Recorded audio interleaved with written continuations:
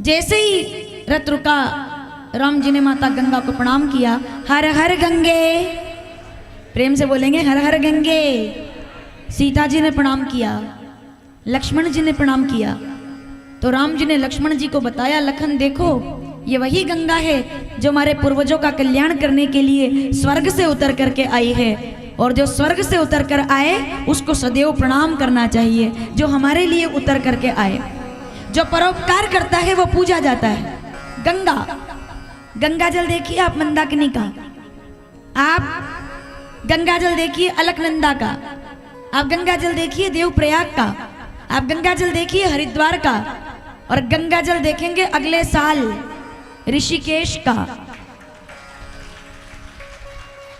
इस वर्ष संत बनकर के चित्रकूट में आ गए हैं। YouTube के माध्यम से जो लोग कथा देख रहे होंगे उनके लिए भी खुशी की बात है, क्योंकि कुछ लोग केवल इसलिए नहीं आ पाए क्योंकि छुट्टियां नहीं थी। तो उनके लिए खुशी की बात है कि अगले वर्ष अधिक मास आ रहा है। अधिक मास आ रहा है 17 मई से 15 जून के बीच। तो उस दौरान इस बार हम चित्रकूट संत बनकर आए हैं। ऋषिकेश में ऋषि बनकर के रहेंगे 7 दिनों तक। ऋषि कथा रहेगी, वो ऋषि कथा ऋषिकेश गंगा के तट पर। अभी मंदाकिनी के तट पर बैठे, वहाँ साक्षात गंगा जो देवप्रयाग में अलकनंदा और मंदाकिनी मिलकर के हरिद्वार ऋषिकेश तक पहुंची है, उसका दर्शन हम लोग करेंगे। तो मेरे कहने का मतलब ये है कि गंगा जल अपने आप में इतना पवित्र है कि अगर कोई जीव भी गलती से उसको पी ले, कि अगर कोई जीव भी है और हमने ऐसे करके गंगा जल डाला, कोई कीड़े पर भी पड़ जाए तो वो गंगा जल उसको मुक्त कर देता है। गंगा जल मुक्ति के लिए ये राम जी ने कहा है, गंगा सकल पहली चौपाई मुद मंगल मूला सब सुख करनी हरनी सब सूला। गंगा के तट पर आ गए राम। निषाद साथ में है। अगला प्रसंग आप लोग समझ गए होंगे कि कौन सी कथा आ रही है। मांगी नावना। कितने लोग आज केवट बनना चाहते हैं मेरे साथ? यहाँ तो गंगा भी है, नदी भी है, राम भी है और हमारी नाव भी है। अब निषाद ने आकर के और राम जी से प्रणाम किया, हे राम, मैं जानता हूं कि आपके चरण कोमल है, आपकी वाणी कोमल है, थोड़ा सा रुकिए, मैं नाव का प्रबंध कर लेता हूं। तुरंत निषाद दौड़ के गए, क्योंकि वो वहां के राजा हैं। केवट के घर का दरवाजा लगा हुआ था, तो निषाद ने जोर से दरवाजा बजाया, केवट जल्दी बाहर आओ, नाव संभालो, हमारे राम जी को पार लगाना है। अंदर से कोई आवाज नहीं है। लक्ष्मण जी ने कहा, मैं जाता हूं, मैं बुलाता हूं। लक्ष्मण जी ने कहा, दरवाजा बजाया, केवट जल्दी बाहर आओ, हमें पार लगाना है, पार जाना है, पार लगाओ। बाहर नहीं आए। इंतजार करते रहे, अब दरवाजा खुले, अब दरवाजा खुले। ऐसा भक्त केवल रामायण में हो सकता है और कहीं नहीं हो सकता। ऐसा भक्त। दरवाजा लगा है। धीरे से सीता जी ने आवाज लगाई, क्या बात है, विलंब हो रहा है? करते ना बात आपस में हम लोग। तो सीता जी ने कहा, देर हो रही है, केवट नहीं आया। अरे भाई केवट, अरे जरा पार लगा दो। केवट नहीं आता, ठीक है, दरवाजा लगा हुआ है। तब आखिर में राम जाते हैं और दरवाजे पर, दरवाजा बजाते नहीं है, हाथ जोड़ करके कहते हैं, ए भैया केवट, अरे भैया जरा बाहर आओ और अपनी नाव से हमें पार लगाने का कष्ट करो, क्योंकि मैं तुम्हारे दरवाजे पर नाव मांगने के लिए आया हूं। अपनी नाव मुझे दे दो, मैं नाव मांगने आया हूं। ये प्रसंग मुझे बहुत ज्यादा प्रिय है, इसको ढंग से सुनना। मैं नाव मांगने आया हूं, और जैसे ही कहा कि नाव मांगने आया हूं, केवट ने दोनों दरवाजे खोल दिए। चौपाई पढ़ लीजिए आप, रामचरितमानस अयोध्या कांड 99 दोहा, पहली चौपाई। दरवाजा खोल दिया। इसके पहले कि केवट कुछ बोलता, 4 लोग सामने खड़े हुए थे। कौन? निषाद, लखन, जगदम्बा सीता और श्री राम। दरवाजा खोला, कोई प्रणाम नहीं, कोई नमन नहीं, ऐसे खड़ा हो गया बाहर आकर। तो निषाद ने कहा, क्यों रे भाई, पिछले 2 घंटे से हम दरवाजा पीट पीट करके कह रहे थे दरवाजा खोलो, दरवाजा खोलो, तब तक तू बाहर नहीं आया, लेकिन हाँ इन्होंने आवाज लगाई तो तू बाहर आ गया। तो केवट ने कहा किसी चक्कर में मत रहिएगा, मैं क्या देखने बाहर आया हूं। मैं आपकी आवाज सुनकर बाहर नहीं आया, मैं लखन लाल की आवाज सुनकर बाहर नहीं आया जो भी बोल रहे थे, मैं कोई बेटी जो बोल रही थी उनकी आवाज सुनकर बाहर नहीं आया, मैं इनकी आवाज सुनकर बाहर नहीं आया हूं, फिर मैं तो इनके शब्द सुनकर बाहर आया हूं। आवाज में और शब्द में फर्क होता है। मैं आवाज सुनकर हर बार रुक करके मुड़ करके देखा नहीं जाता, देखा ये भी जाता है कि पुकारा किसने है।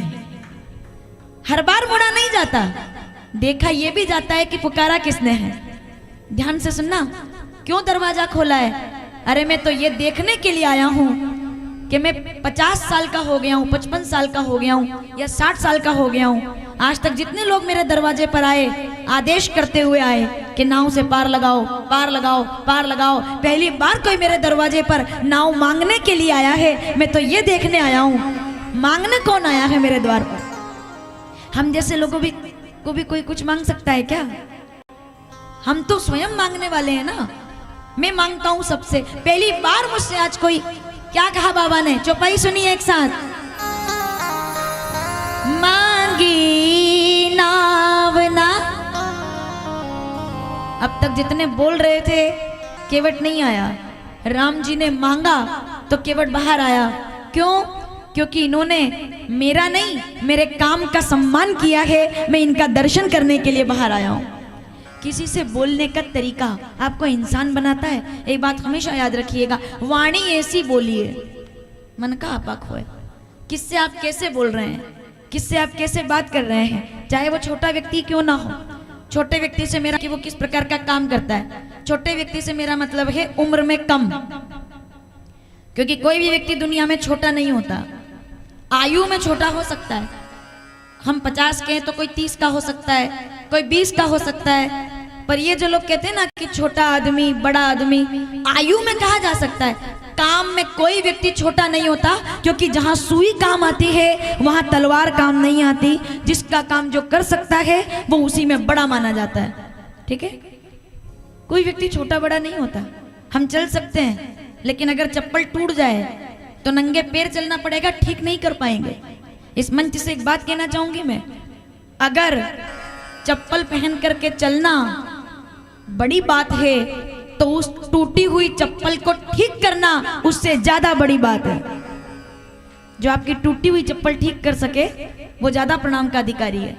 रोड पर चलना अगर बड़ी बात है, सड़क पर चलना बड़ी बात है। पीछे तक के वो लोग इसको ध्यान से सुनिएगा। सड़क पर चलना अच्छी बात है, लेकिन लोगों के लिए चलने लायक सड़क पर सफाई करना वो ज्यादा बड़ी बात है कि कोई चले तो उसके पैर में कंकर ना आए। प्लास्टिक की पन्नियां उठाने वाले लोग, कचरा उठाने वाले लोग, नालियां साफ करने वाले लोग, जूते सिलने वाले लोग, बर्तन बनाने वाले लोग, लकड़ी का काम करने वाले लोग, लोहे का काम करने वाले लोग, तेल जो बनता है नारियल का, तिल्ली का, इस बात से समझना मैं क्या कहना चाहती हूँ। तेल निकालने वाले लोग, भोजन बनाने वाले लोग, खेती करने वाले लोग, सोने से सामान बनाने वाले लोग या वेद पढ़ने वाले लोग, जिस दिन इन सब के बीच में अंतर खत्म हो जाएगा उसी दिन राम राज्य आ जाएगा। उसी दिन हर व्यक्ति अपना काम कर रहा है। राम ने मुझे सम्मान दिया है, समझ में आया आपको? मांगी नावना। और मैंने पहले की कथा में, एक कथा में बोला है कि ए रिक्शा वाले हमको गुप्त गोदावरी लेके चलो इसमें, और ए भैया लेकर चलोगे क्या, इसमें बहुत फर्क होता है। गाड़ी उसकी है, मर्जी उसकी है, वो उसका मालिक है। मैंने हमेशा एक बात कही है कि अगर कोई व्यक्ति आपके यहाँ नौकरी कर रहा है, वो अगर आपके घर का नौकर है तो इस पर हमेशा ख्याल करना कि वो आपके घर का नौकर है पर अपने घर का मालिक है, उसका भी कोई आत्मसम्मान है। जो आपके घर का नौकर है वो आपके घर का नौकर इसलिए है क्योंकि वो अपने घर का मालिक है। अपने बच्चों को 2 रोटी खिलाने के लिए वो आपके घर में झाड़ू लगा रहा है, तो कभी भी उसको इस बात का महसूस मत होने दो कि वो कोई ऐसा काम कर रहा है जो मैं एक अच्छी बात बताती हूँ आपको। राम जी ने उससे ये नहीं पूछा कि तुम क्या करते हो, नाम भी नहीं पूछा। इस पूरी सभा में किसी को केवट का नाम याद भी नहीं होगा कि केवट का वास्तविक नाम क्या था। मेरी तरफ ऐसे मत देखिए, मुझे भी नहीं याद है। मुझसे पूछने आओगे फिर आप, मुझे भी नहीं याद है। उसका कारण है, जब मेरे राम जी को याद नहीं है तो हमें क्यों याद होगा। राम कहते हैं मुझे नाम से मतलब नहीं है, मुझे तो काम से मतलब है कि तुम काम कैसा करते हो। अभी दिक्कत क्या है ना, एक बात आप लोगों से कहना चाहती हूं, अगर आपको अच्छा लगे तो इस पे विचार कीजिएगा। जब आप किसी के घर जाते हो या आप कोई पहली बार आपके घर आता है जिसको आप नहीं जानते, है ना, आपका कोई दोस्त है, आपका बेटा है, उसका कोई दोस्त है या उसका कोई दोस्त है, वो साथ में है पहली बार। जब हम किसी से बात करते हैं आज के जमाने में, तो पहले उसका नाम पूछा जाता है, फिर धीरे से पूछते हैं करते क्या हो। पूछते हैं ना, सब पूछते हैं क्या करते हैं भैया, अच्छा दोस्त है तुम्हारा, क्या करते हो बेटा, अच्छा तुम्हारा भाई है, क्या करते हो। उसको आपके करने से कोई लेना देना नहीं है। हम इसलिए पूछते हैं ताकि इस बात का अंदाजा लगा सके कि किसको कितनी इज्जत देनी है उसके काम के हिसाब से। अगर दोस्त ने बोल दिया कि ये इंजीनियर है, ये अफसर है, ये बड़े पद पर है, तो तुरंत सोफा उसके सामने रख देंगे कि इधर बैठो। और अगर उसने गलती से कह दिया कि नहीं भाई ये तो ठीक है, भी कोई काम कर रहा है ऐसा वैसा, उस काम से पता कर लेते हैं लोग कि इसको कितनी इज्जत देनी है, इसको कितना सम्मान देना है। ये समाज, ये कड़वी सच्चाई है हमारी, और ये इतनी कड़वी सच्चाई है, ये आप लोग भी समझ गए होंगे मैं क्या कहना चाहती हूँ। कोई व्यक्ति अगर आपसे पूछ रहा है कि क्या काम करते हो, उसको आपके काम से कोई लेना देना नहीं है, वो तो ये पता लगाना चाहता है कि कितनी इज्जत देनी है काम के अनुसार। छोटा है कि बड़ा है, महंगा काम करता है कि सस्ता काम करता है, नाव का मालिक है कि खाली नाव चलाता है, गाड़ी का मालिक है कि ड्राइवर है, जूते की फैक्ट्री बनाता है कि जूते सिलता है। दोनों के लिए सम्मान अलग अलग हो जाएगा समाज में, दोनों के लिए। जिस दिन ये भेद खत्म हो जाए, समझ लीजिए कि हृदय में राम उतर कर आ गए हैं, क्योंकि सिया राम मैं सब जग जानी करो प्रणाम। वैश्विक चौपाई है ये रामचरितमानस बालकांड 7वां दोहा पहली चौपाई। जो इस कड़ी को तोड़ दे उनका नाम राम है। केवट को कहा ए भैया मांगी नाव ना, दरवाजा खोल दिया केवट ने, श्री राम जय राम। वो बाहर निकल करके आया केवट। केवट ने कहा मैं तो उनको देखने आया हूं जिन्होंने मुझसे नाव मांगी है। इतना सम्मान, किसी के श्रम का सम्मान करना सीखिए, राम आपका सम्मान करेंगे। किसी की मेहनत का सम्मान करना सीखिए, राम आपका सम्मान करेंगे। तो राम जी मुस्कुराए, भैया जरा पार लगा दो, हमको पार जाना है। केवट तुरंत कहता है मैं बिल्कुल पार लगा देता, लेकिन अभी तो मेरी छुट्टी चल रही है, अभी नाव ठीक नहीं है, मैं पार नहीं लगा सकता। तब पहली चौपाई पढ़ी है, मांगी नाव ना केवट आना। तो निषाद ने कहा, आहा अगली पंक्ति आपको आनंद देगी। निषाद ने कहा तुम शायद इनको जानते नहीं हो, ये कौन है। अयोध्या के राजकुमार हमारे दरवाजे पर आए हैं और तुम नाव देने से मना कर रहे हो। निषाद को लगा कि राम जी क्या सोचेंगे मेरे बारे में, कि मेरे लोग अपने कंट्रोल में नहीं है, मेरे ही सामने मना कर रहे हैं कि नाव नहीं दूंगा। तो निषाद ने आगे आकर बोला, बोले तुम जानते नहीं हो इनको, ये कौन है। केवट ने कहा वही तो गड़बड़ है, अगर नहीं जानता तो अब तक पार लगा देता। मेरा तो काम है लोगों को पार लगाना, पैसा लेता पार लगा देता, कोई बड़ी बात नहीं थी। पर दिक्कत यह है कि बहुत अच्छे से जानता हूं इसलिए पार नहीं लगाऊंगा। अगली पंक्ति देखो, कहीं तुम्हार मरम में जाना मांगी नाव ना। अगर नहीं जानता ना तो ठीक था, पर इनके बारे में जानता हूं, मुझे आपके बारे में सब पता है। अब यहां मैं चाहूं तो आपको सीधे सीधे आगे कथा बढ़ा सकती हूँ। विद्वान लोग बैठे हुए मेरी बात को ध्यान से सुनिएगा। दो तरह के लोग होते हैं समाज में, दो तरह के। एक इस बात को सुनकर घबरा जाते हैं और दूसरे इस बात को सुनकर मुस्कुरा जाते हैं। अगर कोई व्यक्ति आपसे बोल दे कि रहने दो मेरे को आपके बारे में सब पता है, अगर कोई आपसे बोले कि भैया मैं ये हूं, और किसी ने बोल दिया अरे मेरे को पता है, आप खुद जान जाएंगे। अगर आपने जीवन में कभी कोई गलत काम किया ही नहीं है तो आप घबराएंगे नहीं कि क्या पता होगा, ज्यादा से ज्यादा इसको क्या पता होगा मेरे बारे में। तो आसपास के लोगों ने कहा ऐसा क्या जानते हो जो इतना चैलेंज करके बोल रहे हो कि कहाँ ही तुम्हारे मरम में जाना। तो केवट ने कहा मैं इनके बारे में जानता हूं। तो राम जी घबराए नहीं, मुस्कुराए, क्योंकि उनको पता है कि जो भी पता होगा अच्छा ही पता होगा। इसलिए जीवन में जो भी करो ऐसा करो कि पता भी हो तो अच्छा पता हो। समझ में आ रहा है? पता भी हो तो अच्छा पता हो। तो श्री राम जी मुस्कुरा दिए। तो लखन ने कहा तुमको ऐसा क्या पता है जो हमको नहीं पता? तो केवट ने कहा सुनिए इनका मरम मैं जानता हूँ, ये वही राम जी है ना जो किसी पत्थर पर पैर रखते हैं तो उसको नारी बना देते हैं, मुझे ये पता है। आहा क्या चौपाई है। छुअत सिला। अब यहां शंकर जी की आंखों में आंसू आ गए कि बरसों बरसों तक वाम भाग में बिठाकर देवी जी बोलकर जो बात में अपनी पत्नी को नहीं समझा सका कि राम भगवान है, वो एक अधम जाति का अनपढ़ केवट बिना बताए समझ गया कि राम भगवान है। मैं सती को नहीं समझा सका कि राम भगवान है। आज शंकर जी ने केवट को प्रणाम कर लिया। हर हर, इसको ढंग से सुनो, प्रणाम कर लिया कि सती का त्याग किया था। आज मैं केवट को प्रणाम करता हूं। क्यों? क्योंकि वेदों के ज्ञाता रावण को पता नहीं चला कि ये राम भगवान है। अनपढ़ केवट जान गया कि राम भगवान है। केवल चरण छू करके और आप नारी बना देते हैं, आप इंसान नहीं है, भगवान मेरे दरवाजे पर आया है। क्या चौपाई है वो? केवट ने मरम बताया, सुनिएगा। छुअत सिला भई नारी सुहाई और पाहन तेना काट कटी नहीं। पत्थर अगर था वो नारी बन गई। मेरी तो नाव है, आधे समय जल में पड़ी रहती है, कोमल है, इस पे तो चरण पड़ने की जरूरत भी नहीं पड़ेगी। राम खाली देखेंगे और ये नारी हो जाएगी। और अगर ये नारी बन गई तो मेरे पास बचेगा क्या? ऐही प्रतिपालूं सब परिवारू, नहीं जानूं कछु और कबारू। राम जी नारी बन जाए वहां तक तो ठीक है, लेकिन अगर बेरोजगार हो गया, एक नारी पहले से घर में है, पत्नी को क्या बताऊंगा कि ये देवी कौन है? इनको कहां से लाए हो? इसलिए राम जी को समझा रहा हूं कि मेरी नाव में मत बैठो।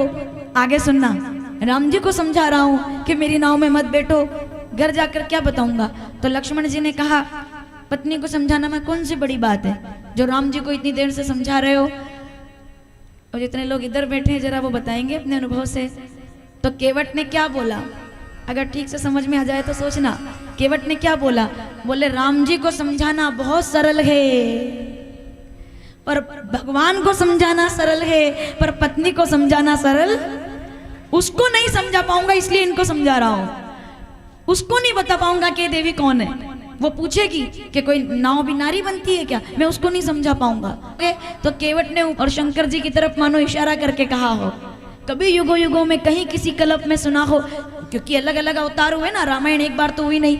तो शंकर जी जैसे ही केवट ने कहा कि पत्नी को नहीं समझा सकता, तो शंकर जी मुस्कुरा दिए, बोले ये तो बिल्कुल ठीक बात है, इसमें तो कोई शंका नहीं है। जब शंकर जी नहीं समझा पाए तो केवट कहाँ समझा लेगा। कहाँ ही तुम्हारा मरम में जाना, छुअत सिला भई नारी सुहाई, पाहन तेन काट कटिनाई। लक्ष्मण जी कहते हैं भैया देर हो रही है, देखो हमें जाना है, जल्दी कुछ भी करो पर पार लगाओ, जो भी है पार लगा दो। अच्छा, तो केवट ने कहा चलो ठीक है, जो प्रभु पार अवसिगा चाहूं, अगर आपकी मर्जी है कि जाना है तो एक ही उपाय है। क्या उपाय है? एक काम कीजिए, मैं आपके चरण धोकर के, मैं जानता हूं कि चरणों में जादू है, चरण धोकर के और केवल इतना चाहता हूं कि जो प्रभु पार अवसिगा चाहूं, चरण सरोज पखारन दयहूं। मुझे अपने चरणों को धोने दीजिए, मैं चरणों को धोऊंगा, धूल को खत्म करूंगा, उसके बाद आपको नाव में बिठाऊंगा, तो मेरी बात भी रह जाएगी और आपकी बात भी रह जाएगी, पार लगा दूंगा, बस बात इतनी सी है।